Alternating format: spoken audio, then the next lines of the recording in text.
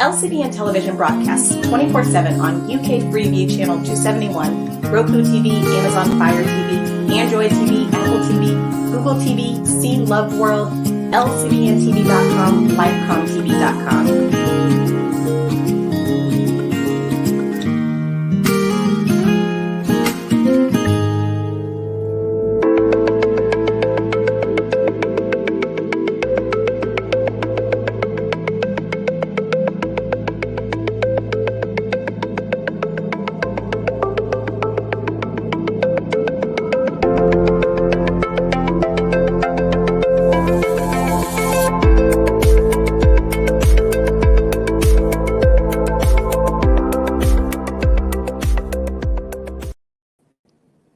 Good evening, and welcome to another conversation with Lydia. My name is Lydia Khalil, and today we're going to be talking about organizations, how they are. We know organizations are made up of people, and this creates an atmosphere. So we've got a lady who's going to talk about the power dynamics in the workplace. Does racism exist? How it exists, and how that power is played out between races. So please welcome me. Help me welcome Joanna Traynor. Hi. Hi, welcome Joanna. Thank you for joining me this evening. I'm a little tongue-tied today. To be honest, I'm tired. I've been doing a lot of traveling. But that's enough about me. Please tell us a little bit about yourself. I didn't want to sort of read out the bio, which I could have done. Okay, so, well, I am an organisational consultant. So myself and my partner, we have an organisation called Sensia, and we help organisations to understand the power dynamics that are operating at play. But that's one hat. My other hat is as a psychotherapist, and so I help people who have got personal problems, anxiety, depression, or all the things that we go to therapy for. So, and a lot of the skills that I use in psychotherapy, I use in organisations with people. So, with people in organisations. So, and the organisation itself can often behave like a person. So, an organisation is lots of people working together, but it often has a mind of its own as well. So that's quite interesting to analyse and see how it's playing out. Yeah, because I think most of the time we feel an organisation is just a building, is a structure. But what you're saying is that actually there's more to that structure or that name that we see. There is something behind that carries the organization along. Okay, so before we get into that, how does a nurse transcend into this path? Because you started off as a nurse. Well, that's an interesting story in itself. So I grew up in the northwest of England, and I was actually I grew up in care. And at the end of the care, when I was 18 years old, they didn't know what to do with me because I'd left school. I didn't want to go to school at 16. So the grown-ups forced me to go to school at 16. And at 18, I just refused point blank to do any more education. And I didn't want to go to university, but they didn't know what to do with me because I didn't have a family. So they found me a job as a nurse, because a nurse also has a home. They have nurses' homes for nurses, or used to in those days. And so it was kill two birds with one stone, give her a job as a nurse and she'll have a job and a home to go to. So I spent 2 years being a nurse, realizing during that time, because it's very hard work being a nurse, that actually maybe education wasn't such a bad idea after all. And wouldn't it be better to be with friends at a university and going out dancing every night and lying in bed late in the mornings, not going to lectures, rather than being a student nurse? So that's exactly what I did. And I was very interested in how the mind works and how people behave towards each other, even at that early age, and went off to do a psychology degree in the early 80s, which was long before psychology was actually a thing, if you will. And in fact, when I started studying psychology, it was a Bachelor of Arts degree. But Mm-hmm. before the 3 years were over, it had been converted into a Bachelor of Science degree because a lot of the content and syllabus was statistical, i.e., evidence-based psychology Mm-hmm. interventions. You needed to use a lot of stats in order to provide this evidence, and so it was converted into a science degree. So, Okay. so my interest in psychology started at that point, really. So, yeah. Okay, so not a bad switch. So it worked out being sort of given a career path. But I think earlier on you sort of relied on your instincts and went towards psychology, and that has taken you to what you do now. Well, in a way, because of course those were early days for psychology, and there wasn't a lot of, these degrees, sociology, psychology, they were kind of looked down on by the establishment, if you will, who much preferred maths and physics and, proper science. Behavioral sciences hadn't really struck gold by Mm-hmm. that time. So after I finished my degree, I set off for London, and nobody wanted a girl with a psychology degree, I can tell you that much. And so I ended up getting work in commerce. Well, actually, I worked for the Guardian newspaper in London for a short while, and I worked for the Royal College of Nursing, and I just didn't like any of these jobs. And I ended up working I was a technologist, so I used to work for the Apple UK subsidiaries in Apple centres in the southwest of England. So I spent a long time of my career, well, a good 15 years working in Mm-hmm. technology. But one of the things that I discovered whilst working in technology is that it was much better to type my writing. I've always been a keen storyteller, a keen writer, but whenever I wrote stories by hand, I couldn't read them afterwards because I've got terrible handwriting. So with computers, this allowed me to write and edit and rewrite, and I could always read my writing and get better and better. So I was able to, after a few years in IT, I entered a Black British literature competition, which was being run by Marsha Hunt. Marsha Hunt being the author of Joy and Hair, the Afro Hair, Marsha Mm-hmm. Hunt. Yeah. She launched this literary prize for Black British authors because her mixed daughter, in fact Mick Jagger's daughter, couldn't find any books that had characters that looked like her, and Mm-hmm. so this literary prize meant that if whoever won it would get their book published and win a few £1,000s. And so I entered this competition and won it. So my first novel was published by Bloomsbury, and then I published a few more novels after that, a couple more novels after that, and then from that became a TV producer. So now we're looking at psychology and story and the development of understanding of narrative and how narrative forms the basis of our lives. And when you work in TV production, of course, it's all about story. Everybody wants a story. If you're not telling a decent story, everyone turns over and finds another story that's better. So story has been very much a big part of my life. Yeah. Okay. And there's something I think in your little bio that you sent us, which is I'm sure much bigger, is that there is power embedded in the narrative. And I think when clients come to us, most of the time they're trying to change the narrative they have of themselves. Yeah. What their self belief is, or what somebody has allowed them to think that they are, or Yeah. something that has happened to them that has now changed the narrative or the trajectory of their life. So it's actually quite powerful. I don't think that the way we see life, feel life, express ourselves is all in that narrative that we were given. So that it actually has a lot of power. So when somebody sits in front of us, a therapist or a good therapist anyway, most of the time they're trying to change a narrative that it's impacting them in a wrong way.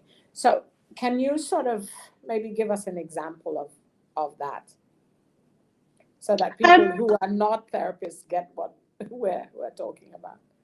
Well, I think the thing about the human condition, I suppose, humans make sense of the world through telling stories. So if we go right back to the caveman, he painted a picture of a lion on the cave wall so that his son could know exactly who it was that killed his granddad. He says, look, here's the lion. If you see anything like that while you're out there hunting, you need to leg it because this is what killed granddad. That's a story. So the picture is a story. Pictures tell stories. We tell stories with words. We tell stories with art. We originally told stories with pictures to make sense of the world, to pass messages on. Now, why are we wanting to make sense of the world? Well, we, like all mammals, need to protect our young. We are protecting the species. The species won't survive if the young don't survive. So we need to allow the young to understand how the world works. And so the best way of telling them is to tell them a story. If you give them a list of things to remember, you know what you do. If you give a list to a child, he's going to rip it up and throw it in the bin and then go and play. So, and the play is often a reenactment of a story. So our brains are much more readily prepared for story than they are for facts, for lists, for learning things that are unconnected. So story connects one thing to another. Now, if we watch a film and the character that we love the most dies, then tears might come to our eyes. The part of the brain that's processing that story is not really aware and doesn't care that the story has been constructed in Hollywood, that there are 8 cameramen filming the dying person in the center of the stage. We don't take in it that the part of the brain that processes story doesn't take in context. So it takes in the emotional data points of the story. It takes in what the emotional meaning of the story is. So if we tell ourselves stories and if we tell other people stories, it doesn't matter that some of the context, and this is what newspapers do, they'll plaster a story in the newspaper and you think, oh my God, that's not allowed, you can't do that, that's terrible. And then somebody will then put a bit of context around it and you go, oh right, oh well, that paints a different picture, doesn't it? A bit more information, we get a different picture. So, but first of all, that's too late. We've already reacted to the story, so we already have a belief that original story is true, and that's how we are about each other. That's how we are in the workplace. So we say in the workplace, whoever tells the best story wins, because story beats fact, hands down. The power of story beats fact, hands down. And nobody knew that better than Donald Trump. Nobody knows this better than the politicians. Nobody knows this better than religious leaders. That's why the Bible is full of stories. That's why the Quran is full of stories. Stories hold power. They are like a Trojan horse. You know, the Greek story of the Trojan horse, and all the soldiers got into Troy hidden in a horse. So they let the horse through, then you open up the horse, and then all the soldiers come out. That's what story is. Story is a Trojan horse, because inside there are really powerful messages. But we wouldn't have accepted those messages if they'd been delivered as pieces of factual information with dates and locations and all the rest of it. But if we tell a story, it will land. It will land with us. And that part of the brain that processes story has not changed for millions of years since that caveman day. And we're all sitting here ready. We're wired for storytelling. That's basically it. And that's why I think even things like studying for exams is so much more difficult than just reading something and then reproducing it. So I guess that's why even now education they're trying to break it down into pictures and stories just to help people remember. And how is that sort of when something happens to somebody, something traumatic when they're young, how does it become their narrative? Because I know you explained it, that the brain just remembers something. You can't tell the difference between, let's say we read a headline in the newspaper. We just believe that line. And then later on, somebody tries to correct it and say, actually, it didn't happen that way. It's been exaggerated. But by then, all that is rubbish because our brain has taken that first big story or glamour or lie in, and then it's now actually refusing to accept what is the truth or what is the data. So how does that transcend in somebody who's maybe suffered something traumatic and it's remained with them? So it's a really good question, because if we think about a small child who, perhaps everything's been going marvelously, we've got a great mum, and we've got a great dad, and we've got a great set of siblings, and then one day mum's taken to hospital because she's got cancer, or one day we're on our way to school and we get beaten to a pulp by some bullies down the road, and suddenly this life of Eden for the child is turned completely upside down, and what the child thought was true is no longer true. What the child thought was certain and predictable and absolutely going to happen, it doesn't happen like that at all. So the child then, thinking about that memory gets stored in the emotional part of our brain, in the story part of our brain, as a template for how the world is. So that part of the brain believes that is how the world is, and that part of the brain is going to hold on to that memory so that the next time you go to school and there's some bullies along the road, we can run, or we can take our big brothers and take some bats and fight. We're either fight or flight. So this part of the brain that doesn't listen to context, it's almost like a pattern matcher. It takes in, if you think of all the light that goes into our eyes and the noises that go into our ears and the smells that go into our nose, the taste of food that goes into our mouth, the touch of things, all of that, we call that sensory data. That sensory data is processed by that emotional brain as like a pattern matcher. So anything that looks remotely like what happened before, if there's a match, the brain says, duh, the alarm goes, the adrenaline floods, and we either run or we fight, and we run or we fight.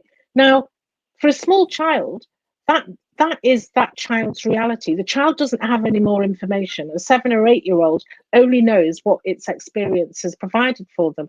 And so their tolerance, their emotional arousal levels are reset at that point.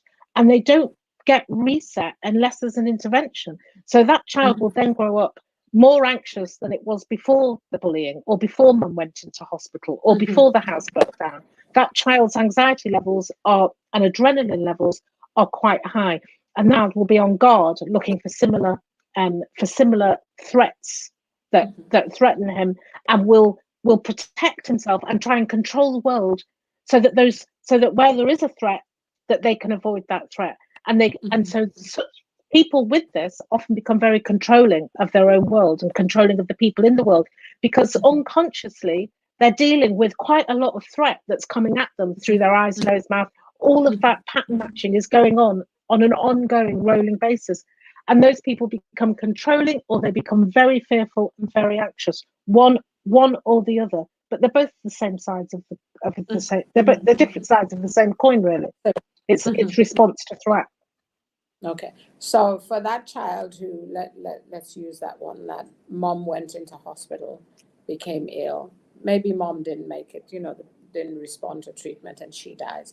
So as an adult, the minute they hear somebody's in hospital, or somebody's gotten an illness, all the stuff that they felt as a child comes, and their belief of the narrative is that person isn't going to make it, or they're really going to panic once they hear somebody's gone into hospital, or somebody's been diagnosed with cancer. So immediately they go into that, they sort of play back that narrative that happened to them when there was a child, that this is what happens when somebody goes into hospital, they get diagnosed with a particular illness, they don't actually come out, they die.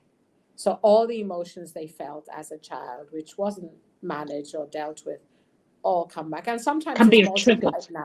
Yeah, it can be a trigger, and it's multiplied now because life actually happens as well. and we absorb quite a lot of what's going on in the world, and we have it all inside. I'm sort of saying it quite simply so that people can recognize some of these things, in them, so that we know when we are actually unduly anxious. It's not about the present.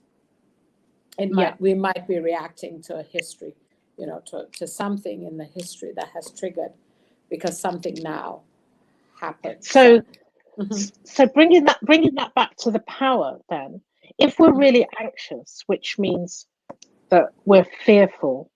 If we're anxious, we're fearful. If we're fearful, we're feeling powerless, i.e., we are feeling subject to the people, circumstances, and events that are around us, that are upon us. And so we are, like a child, fearful of what's going to happen, fearful and uncertain. Now, if internally we're feeling fearful about that things are going to go wrong, we have this option of coming out into the world, and certain people, and especially, I don't mean to be sexist, but culturally, men are more likely to come out with if they're internally fearful, to be controlling.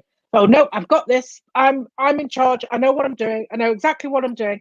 Because this sense of having control, this sense of being in charge, this sense of deciding what will and what won't happen, gives a sense of security.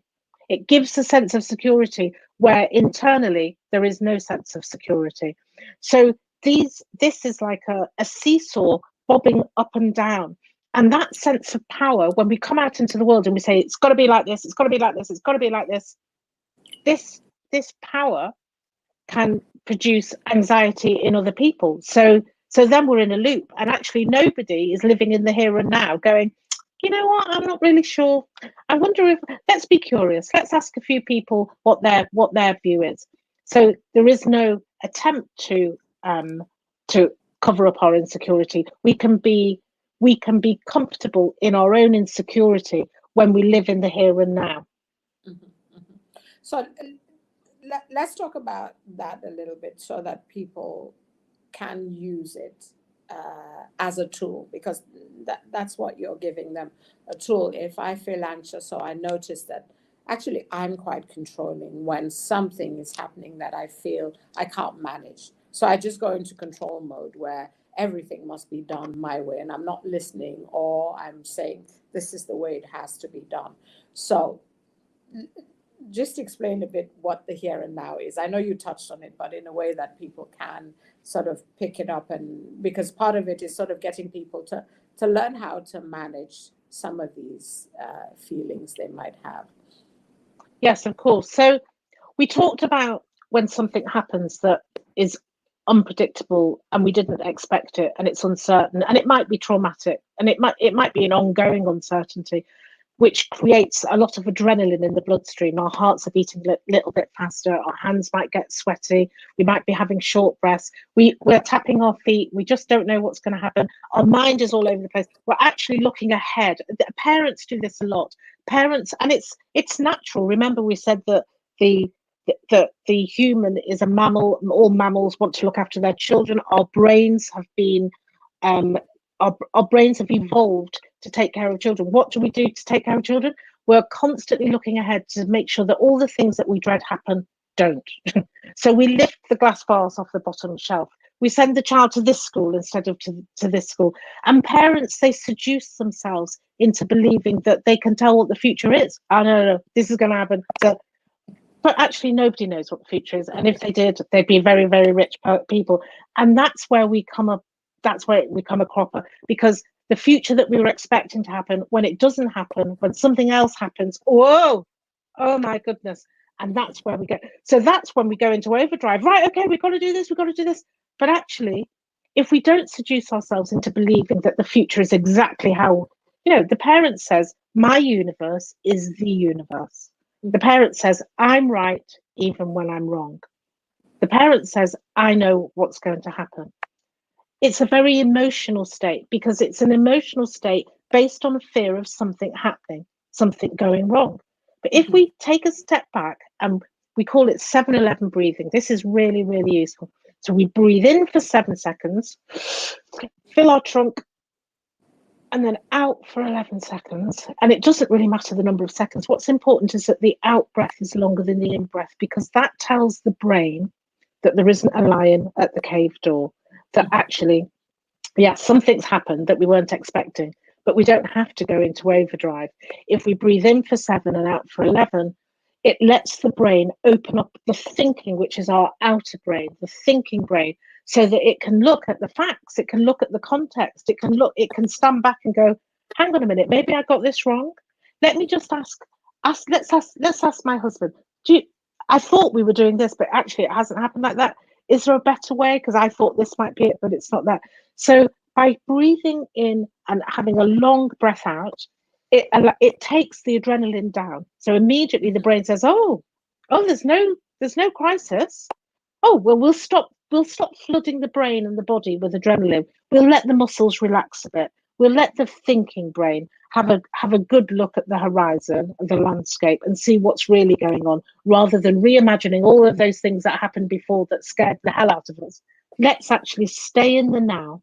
Let's actually see what is really going on. And we can't see what's really going on until we turn the adrenaline tap off in our brain. And we can't turn the adrenaline tap off without breathing. So we must let the brain know that actually there's no lion. Yes, something's gone wrong. It's fine. It's not a lion. If I breathe, I can now just look at the actual facts of the situation. I can let people know that I might have got something wrong, but that's okay. We're all flawed. We're all works in progress. It doesn't matter getting things wrong, as long as that we can work together to get the best outcome that we can, given the resources that we've got in the space that we're in. And in that way, we're not having to wield power and make someone else feel powerless. We're not feeling powerless and having power wielded upon us. We're all cooperating with what we've actually got in the here and now. That's the best way of reducing residual adrenaline in the bloodstream and not being on guard all the time. So that's a better way of taking control than trying to control from the outside. Control from the inside. From the inside. Yeah. So control. That's a lovely way of putting it. Yes.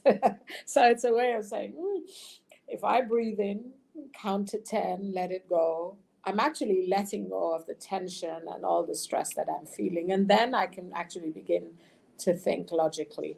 And sometimes people don't have somebody next to them, a husband, a child, a friend, So for somebody who's alone and, they go into that kind of panicky mood, it would be the same, just to breathe, calm down, and think of somebody you can reach out to. Yeah? Mm-hmm. Yeah, well, yes. And there's something else that we can do. So I think everybody will recognize that voice in the back of their head that says, oh my God, what are you doing now? Oh, you shouldn't be doing this, and you shouldn't be doing that, and you should have done this, and you should have done that. What's going to happen if you don't do this? That voice and it's like your own mother's voice, or it's your grandparents' voice, or it's your teacher's voice, or it is in fact an amalgamation of all of the powerful voices that we were subject to when we were children. It sort of sits in a little tape recorder. It's not really a tape recorder, but it's like a tape recorder of all of that power in the back of our heads, so that when we're trying to think about what to do, this voice is saying, come on, you could do better than that. Have you seen the mess that you've made of that? We're shouting at ourselves. We're telling ourselves off. Or that voice is also saying, if you don't do that, this will happen. If you don't do that, that will happen. If you don't do that, people are going to laugh at you, or you're going to be ashamed of yourself. So that voice, well, who's that voice talking to? We call that the inner parent. That voice is talking to the inner child. So then our inner child is going, oh my God, what's going to happen? Oh my God, what's going to happen? So this voice is telling stories. Well, these stories are no more real than the stories from Hollywood. We're making them up. They're in our head. They're not real. They're just in our head. And so that's also upping the ante, upping the amount of adrenaline that's in our system. Now, there's another voice. There's another kind of parent who is much more useful to us, and we call that our nurturing parent. And we have an inner nurturing parent, and this voice doesn't get looking from a lot of us. And actually, this voice needs to be given much more volume, much more volume. And this is the voice that says, do you know what, Joanna? Yeah, you mucked up a bit there, but that's okay. Let's see what we can learn from it, and it will be fine, and we'll try again tomorrow. Or this voice will say, well, you're giving yourself a lot of scare stories about what might happen tomorrow, but nobody knows what's going to happen tomorrow. Why don't you just sit down, have a cup of tea, and watch a bit of television, and be thankful that you've actually got a television and a cup of tea to sit down to. So that's nice. Just relax. Just so it's a much more nurturing voice. So if we're on our own, we need to actually bring that voice of the nurturing parent in our head much more to the fore. And it's not nurturing just to be kind to ourselves. It's nurturing because we want to reduce the amount of adrenaline on our bloodstream that is making us anxious. So it's like, well, actually, I've got a choice here. I can either shout at myself and scare myself to death with all the stories I'm telling myself. Meanwhile, the world carries on as it is. Or I can be kind to myself and say, well, you know what? We've done today. We've done as much as we can. We've been as good as we can be. Let's just sit down and relax. And again, the world doesn't change whether you shout at yourself or whether you're kind to yourself. So you might as well be kind to yourself. So that's one lesson, to be kind to yourself. You said something that I really find fascinating, that parents seduce themselves into thinking that they know the future, which is true, because parents would plan. Sometimes children are born and parents have this huge plan from nursery all the way, to university, careers, life partners, even whether they're going to be gay, they're going to be straight, they're going to have long hair, short hair, the kind of organizations they think that their children should be working in, the kind of careers, the kind of money that they earn. So even now, when you meet young parents, they're saying, oh, we have a schedule, we have to run to the schedule, they have to eat at this time, they have to sleep at this time. So it's all in this bit where parents actually feel like they know what's going to happen tomorrow or in 6 months' time. And when the child sort of gets to GCSEs and says, you know what, I'm not going to university, I'm going to do an apprenticeship, the parent just is about to have a meltdown, because this is not part of the plan. So I know we've sort of touched on, obviously, that nurturing and the critical parent. So we know children need boundaries, they need containment, and actually parents do stress a lot about these things, even though we're saying them quite jokingly. We know it's important for your child to be, for you to be nurtured properly or taught good manners, and for them to go to school up to a certain level. So it's not that we're saying those things are not good, but how does a parent sort of not get drawn into this seduction of control and having a pattern that they wish them and their child have to stick to? So if we think, because that style of parenting is usually given to us by our own parents, so it feels safe, it feels like that's what I got, so you can have some too. And of course times change. The year 2021 is very different to the year 1961 and even 1981, and we have to, as humans, operate in a more responsive way to the current circumstances of the day.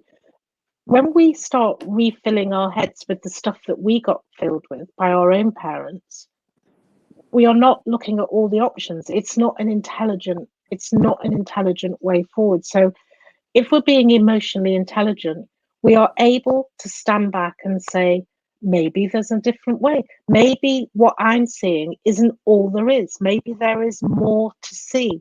Maybe there are more options. Let me be curious about what else is going on out there.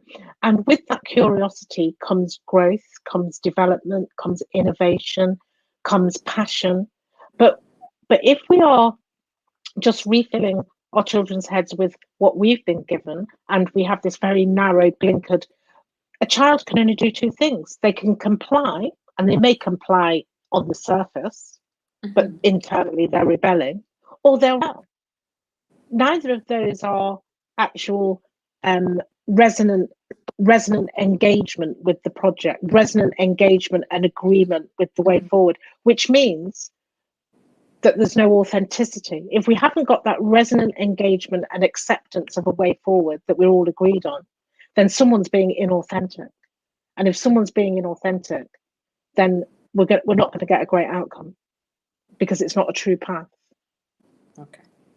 So parents, I think even parents that their children are grown up and they're trying to actually fit them back into a box that the children have somehow come out of, that's good advice. And for parents who are still nurturing and still have young children, that's great advice. So let's sort of turn now to the workplace. Okay. When we talk about discrimination in organizations, before we move into another side, what does it entail? Is it more educated staff versus uneducated? Is it male versus female? Can be. So how does that, so talk about that and how it impacts mentally, how it impacts the employee, the power dynamics in that. So if we look at organizations, especially traditional organizations with traditional hierarchical structures, which invariably have a lot of white men at the top, and then everybody else underneath. The people at the top of an organizational structure are invested in their position. They are invested in their position, and so they will defend and protect their position. If somebody's protecting their position, then they are setting themselves up for somebody who might object to that position, who is in opposition to that position. So neither of these are actual. None of them are coming from a reality platform. They're coming from defensive. It's attack and defense. So discrimination actually works by unconscious protection of one's position. It's an unconscious.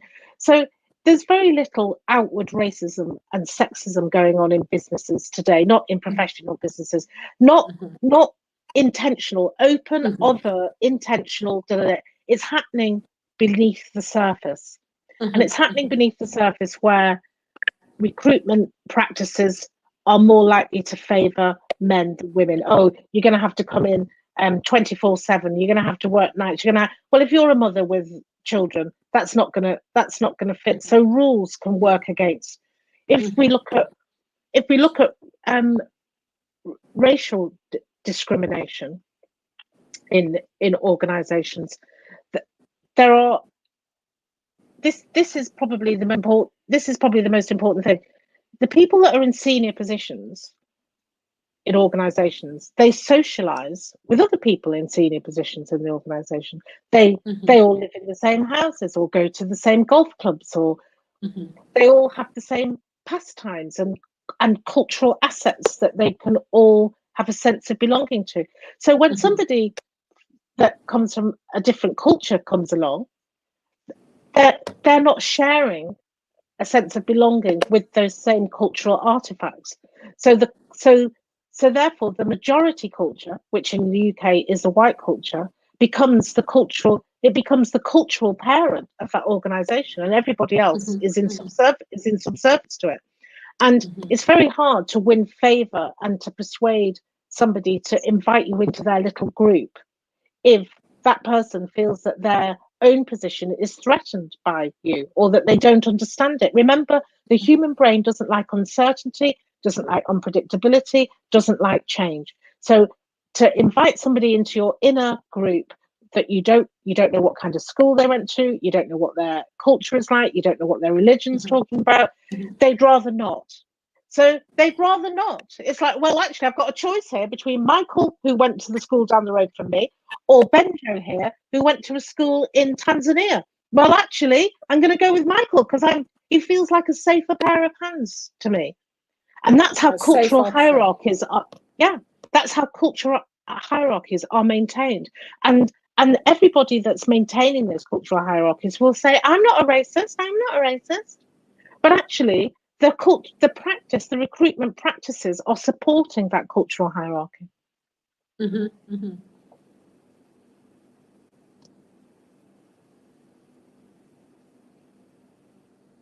I think you've frozen on me. There you are. I'm here. Yeah, I froze for a bit, but I think I'm okay now. Can you hear me? I can. Yeah, okay. And the other thing as well that works against women, BAME, Black people in the workplace is storytelling. Yeah. So we're back to storytelling. Mm-hmm. Thinking We're about back to stories. the people with the social power in organization, the people with the best stories are the ones that win. The people with the best stories are the ones that win. And they're the ones that win the social power game. Now, most organizations have got, a COO, a CEO, they've got some finance leaders, they've got an SLT and an exec, and then they've got your middle managers, and then you've got everybody else. And Mm-hmm. and everybody knows who's, and there's the greasy pole for us all to climb. But actually, you can have a marketing director who's decided that they're going to have this amazing initiative run right across the company. If Fred, who's a great storyteller and he's got all his mates out in the smoking corner outside, says, do you know what, that marketing director, I saw her the other day down at so-and-so, absolute disaster. She's an utter joke. I wouldn't believe anything that she said. It doesn't matter how much money was spent on that marketing campaign. It's not going to land with Fred. And Fred's got, everybody loves Fred. So if Fred doesn't like her, no one's going to like her. So that's how social power Now, if you're not socially powerful, then you're not going to get ahead. You're not going to be the one that's chosen to be the one that's selected. Your ideas are going to be discounted in favor of somebody who is socially powerful. And that's how story and power operate in the workplace. And it's not really talked about a lot, social power, but it's in fact, it defines what really goes on. Most people are more interested in their social power than they are in their actual power. Actually, I think, sometimes we feel we don't understand actually the importance of social power. We just think, oh, it's just John who is friendly in the workplace, speaks to everybody. We don't understand actually the amount of influence that person carries just because they're more sociable. Yeah. Just because they can interact a little bit easier than, the next person. They say hi, they ask how that person is. We forget that actually they tell good stories. They tell good stories. Yes. And they make gossip, rumor. Yes, and they're able to spread stories quite easily because everybody's opened and they've got an ear just to hear what that person has to say. Yeah. So that's a way that we divide. So people who are similar are in this group, and people who are not similar, talking about people who get invited to the golfing club, people who get invited to going around to the pub or to even their homes, versus the other person who going to the pub isn't part of their culture. They just do their work and go home. And it's because I guess for people who are living in a society where the dominant culture does all of these things, these are the norms, if we want a better word, the social norms. So does that, what you're saying, it means that people from a different culture will find it actually quite difficult to interact at work and move on? Not to interact, but I don't think to interact, but they are in a much weaker and more vulnerable position in order to progress in that organization. So let me tell you a story. I was teaching some students, and they were counselling psychotherapy students, and I was listening in on to one of their counselling sessions where they counsel each other to learn a skill. And I listened to this story of a woman who was talking about her father, a white man, who spent a lot of time in Nigeria on business and would invite Nigerians back to her house for dinner when they came to the UK. So he would host Nigerian businessmen at his dinner table, and when they had gone, would say to her, "I don't want you to bring a Nigerian home as a husband. That's not what I want for you." So what does that tell you? And I listened into that. That's a contemporary story. So we know that if that's what's going on in the household, what's going on in the boardroom? And until we get Black people in the boardroom, we're not going to get change. And you know, sometimes you would hear a remark like, I don't like Black people, but you're different. Yeah. You know, those kind of remarks. So it is quite difficult, you know, when all these kind of odds are stacked against us. So how do we maneuver? How does your work help us and help the organization get away from these kind of stereotypical behaviors? How do we challenge the workplace? So the work that I do is I go into organizations and I conduct what I call a cultural audit, and I find out all of the positions that people are holding, psychological safety positions that people are holding, which create them and us camps, which might be men, women, it might be clinicians versus non-clinicians, it might be operational staff versus back office staff, or you always get these them and us camps in the workplace. And then from them, then we work out, okay, what values of the organization are being taken seriously and what are completely being ignored. And from there, we say, okay, what is the shared story that everybody can be involved in?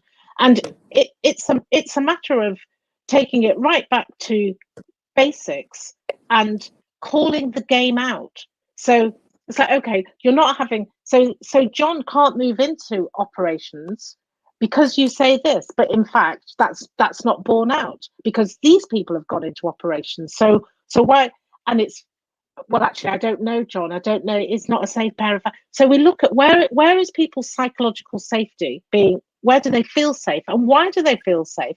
And remember, going back to what we said about parents, how can we encourage senior managers to be curious rather than scared about things that they don't know?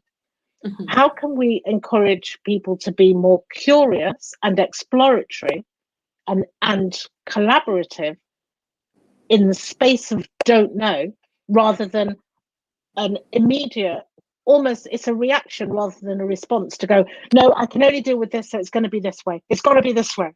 It's exactly the same story that we talked about with parenting as it is, because the senior leadership in organizations are organizational parents, and they behave like parents. They think they know everything. Well, they don't. Okay, so it's what you do is to challenge. What can, say, I do, you know, in my own little way? We're not saying people should take on, you know, the whole organization and begin to bulldoze, but in my own little way, how can I contribute to this change? Whether it's discrimination, whether it's racism in the workplace. A good way.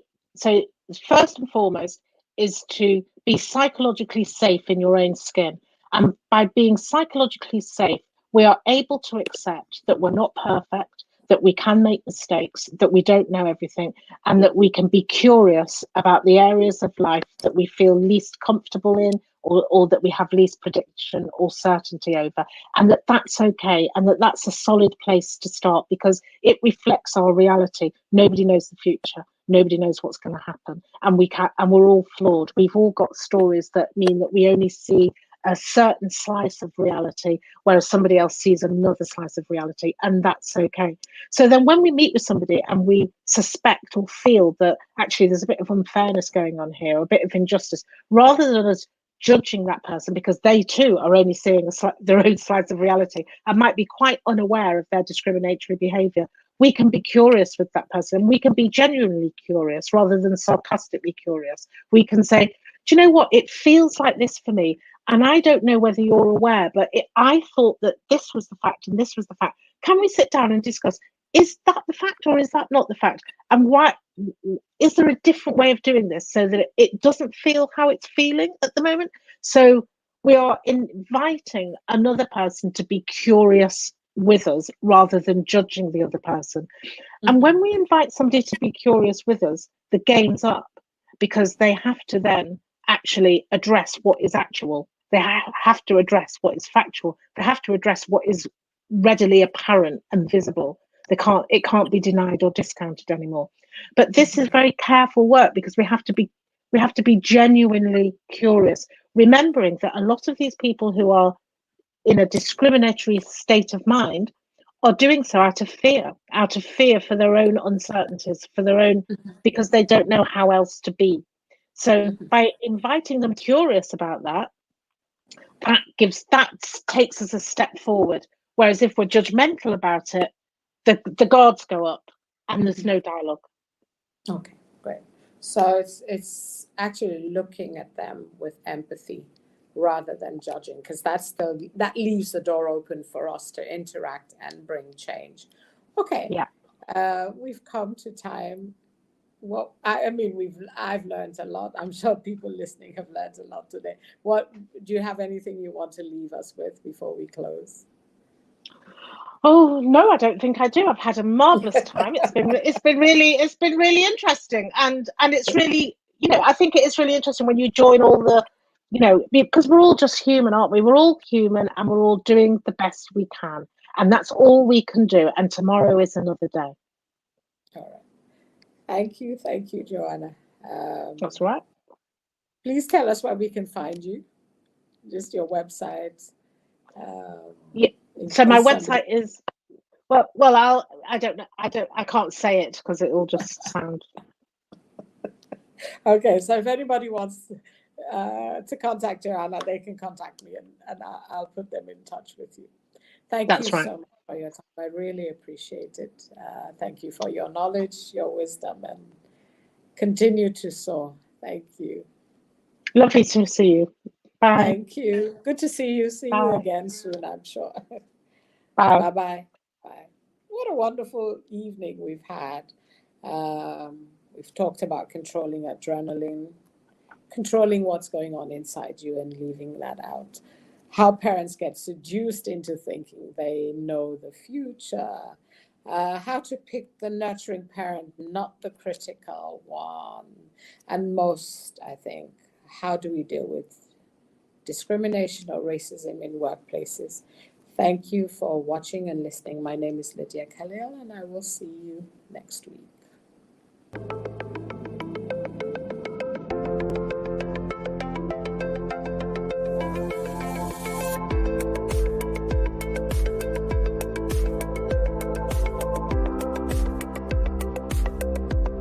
LCBN television broadcasts 24/7 on UK Freeview Channel 271, Roku TV, Amazon Fire TV, Android TV, Apple TV, Google TV, See Love World, LCBNTV.com, LifeComTV.com.